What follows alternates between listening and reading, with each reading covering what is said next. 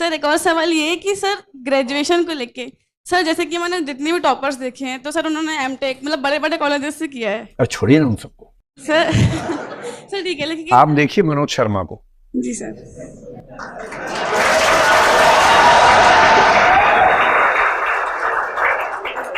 अभी आज सुबह मेरे उससे बात चल रही थी तो विचार हुआ कि वो आज रात को यहीं आ जाए, आज हम गप्पे मारे, पर वो फाइनली हो नहीं पाया।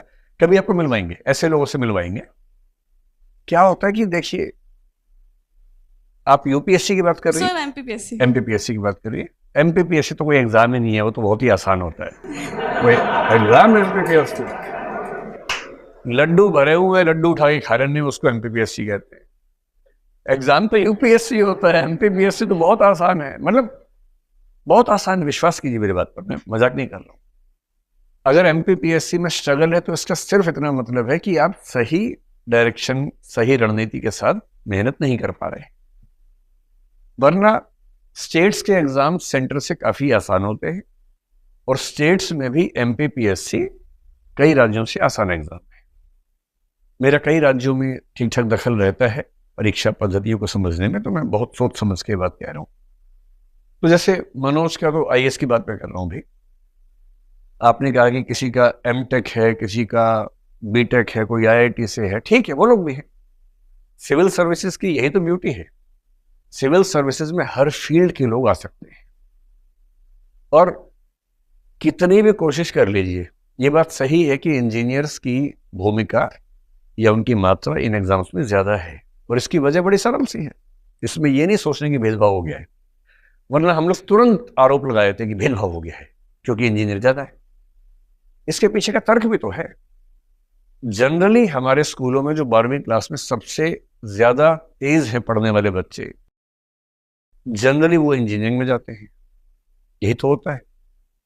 तो 11वीं 12वीं तक जो बच्चे पढ़ने में सबसे अच्छे थे, टॉपर्स थे, उनमें से 10 में से 6-7 इंजीनियर ही बन गए, 1-2 डॉक्टर बन गए। ह्यूमैनिटीज में कम जाते हैं, कॉमर्स में कम जाते हैं। 3 या 4 साल की ग्रेजुएशन में ऐसा तो है नहीं कि जीन्स बदल जाएंगे। डीएनए वही है, जीन्स वही है। इंजीनियरिंग करके फिर वो आईएएस एग्जाम देने लगे, मान लीजिए।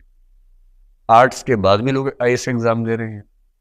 पर क्योंकि पहले जो स्कूल में सबसे ज्यादा पढ़ने वाले बच्चे थे इंजीनियर बन गए थे, वो अब भी पढ़ रहे हैं। इंजीनियर टॉप कर गए ऐसा नहीं है। दरअसल वो बच्चे जो स्कूल लाइफ से ही बहुत पढ़ रहे थे, जो संयोग से इंजीनियर भी बने बीच में, वो टॉप कर गए क्योंकि वो बचपन से टॉप कर रहे थे। तो ये इतनी आश्चर्य की बात नहीं। लेकिन ह्यूमैनिटीज में, कॉमर्स में जो बच्चे होते हैं वो दो तरह के हैं। एक वो 5-10% जो पढ़ने में बहुत अच्छे थे स्कूल में, पर बाई चॉइस कॉमर्स लिया या ह्यूमैनिटीज लिया। आप मेरी बात से सहमत होंगे कि ऐसे बच्चों की संख्या 5% से ऊपर नहीं है इस समय। बाकी जो बच्चे ह्यूमैनिटीज लेते हैं, अधिकांश इसलिए कि या तो उनके नंबर कम थे, या उनको मैथमेटिक्स में, साइंस में दिक्कत हो रही है, नहीं उतना मजा आ रहा समझने में, दुविधा होती है। तो उन्हें किसी ने बताया कि ज्यादा आसान पड़ता है, आर्ट्स कर लो, बीए कर लो, आसानी से हो जाएगा। उनको ग्रेजुएशन करना है तो बीए में एडमिशन ले लिया। तो ह्यूमैनिटीज में ज्यादा बच्चे वो आए जो आसानी के लिए आए, और कुछ शौक से आए। पर एक ऐसा वर्ग है जिसने बीए इसलिए लिया था कि आसान है, क्योंकि वो नहीं संभाल पा रहा साइंस, लेकिन ग्रेजुएशन करते करते उसको पढ़ने लिखने में मजा आने लगा, सीरियस हो गया। जब सीरियस हो गया तो उसको सुख मिलने लगा ज्ञान में, और वो ग्रेजुएशन या पोस्ट ग्रेजुएशन करते करते अपने बौद्धिक स्तर पर उसी लेवल पे आ गया जिस पे कोई इंजीनियर था। अब ये भी एग्जाम दे रहा है, अब तो बराबरी की टक्कर है उसके बाद। और मैं हर साल देखता हूँ कि बहुत सारे ऐसे लोग सिलेक्ट हो रहे हैं जो शुद्ध ह्यूमैनिटीज के हैं, सिंपल बीए किया हुआ है, कोई ऐसी ठोस बैकग्राउंड नहीं है। इसी बार जो रिजल्ट आया, 2-4 दिन पहले रिजल्ट आया, उससे मध्य प्रदेश के जो बच्चे निकले हैं, एक बच्ची खरगोन से है 257 रैंक पर, मनीषा धारवे। उसके पूरे, मतलब पूरी ट्राइबल बेल्ट में कोई बच्चा आज तक आईएएस नहीं बना, वो आईएएस बनी है। एक बच्ची भोपाल से निकली है जो भारती साहू नाम है, उसकी बैकग्राउंड देखिए, उसके फादर ऑटो चलाते रहे हैं। तो ऐसा थोड़ा है, इस एग्जाम की यही तो ब्यूटी है कि इसमें आईआईटी के टॉपर्स भी आएंगे, और इसमें 12वीं फेल होकर ग्रेजुएशन करके जो बने हैं वो ही आएंगे, हर तरह के लोग आएंगे।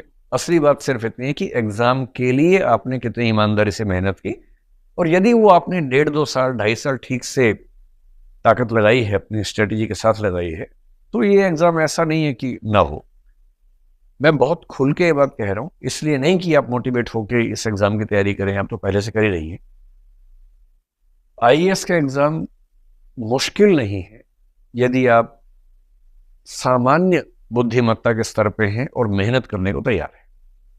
और एमपीपीएससी का एग्जाम आईएएस की तुलना में बेहद आसान है, बशर्ते स्ट्रेटजी ठीक हो, मुश्किल नहीं। और ये मैं बहुत होशो हवास में कह रहा हूँ, मुझे ये कहने में जरा से भी दुविधा नहीं, ठीक है।